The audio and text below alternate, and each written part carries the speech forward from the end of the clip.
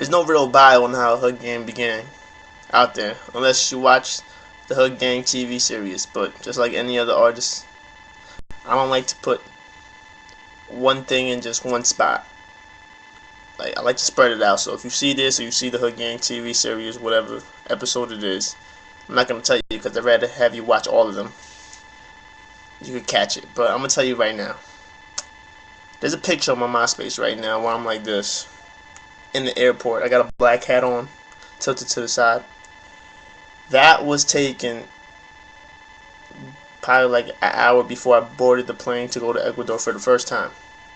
Not for the second time in which the accident occurred, but the first time.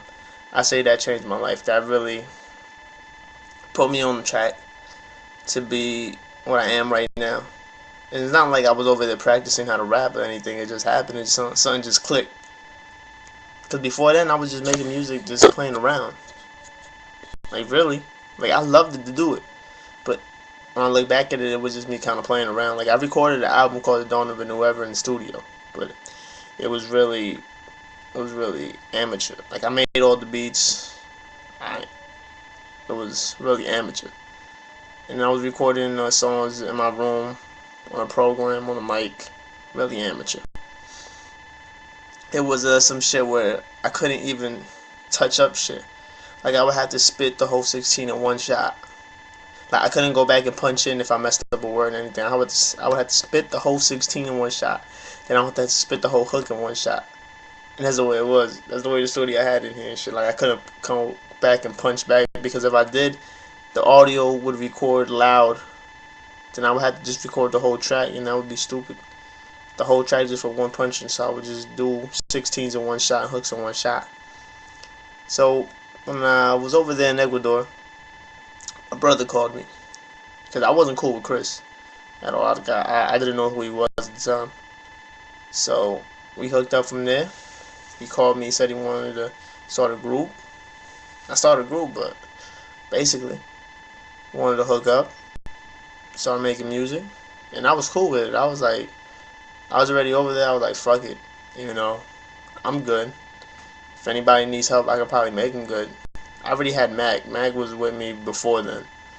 We was doing it at the same time. Smiles was a kid that Mag brought to me, that he was really in the beginning stages of how to be a rapper. Really in the beginning, like early in the beginning stages. Like, he didn't even ride a beat or whatnot. Because in Don't Know Ever, I was riding the beat, but not that good. So then I came back, and it was a rap. We started recording on the studio that I had in my room, just for the simple fact that it made me better, in the sense that I would have to do shit in one shot. I couldn't go back and be like, alright, punch in, like, get comfortable, and be like, alright, I'm gonna do this. I want to fix this word. Nah. That's why I made Smiles and Chris record in my room, and I made them learn like that. Mac already had it. Me and him been doing it for a while, so he already had it. Like, he could do shit in one shot. But I wanted Smiles and Chris to learn that.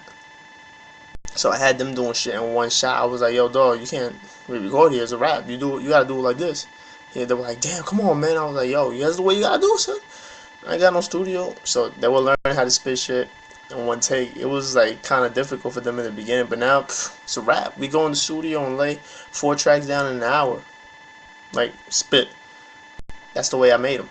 Because we were doing it for like 3 months straight. Almost every day and shit. But I got a new record for y'all. Come in, we gonna do it. Spit. Damn. We did 2 albums. 2 albums in our room. It was the beginning stage. Like, the only ones who was ready was me and Mac. Chris and the Smiles was still getting there. Then, after a while, that's when Street Skolla Got Next came up. I was like, yo, it's time. I got this. DJ Greenland. It's time to do it. The rest, as we say, is history. Shot the old ass rap and music video after that. Started doing shows. Passed out massive amounts of CDs. Sold massive amounts of CDs. I would say like 40. That's pretty big for some people you don't know. Started up the MySpace shit. That's when we started up the MySpace shit. After the Green Lantern mixtape album.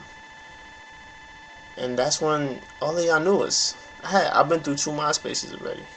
First one got deleted. Actually, it got blocked for some reason, and I just started a new one. But here I'm back. That's the bio of her game. If anybody don't know, of course you can check their separate bios at StreetSkollaDiary.com. You just gotta join first. So join StreetSkollaDiary.com. Peace.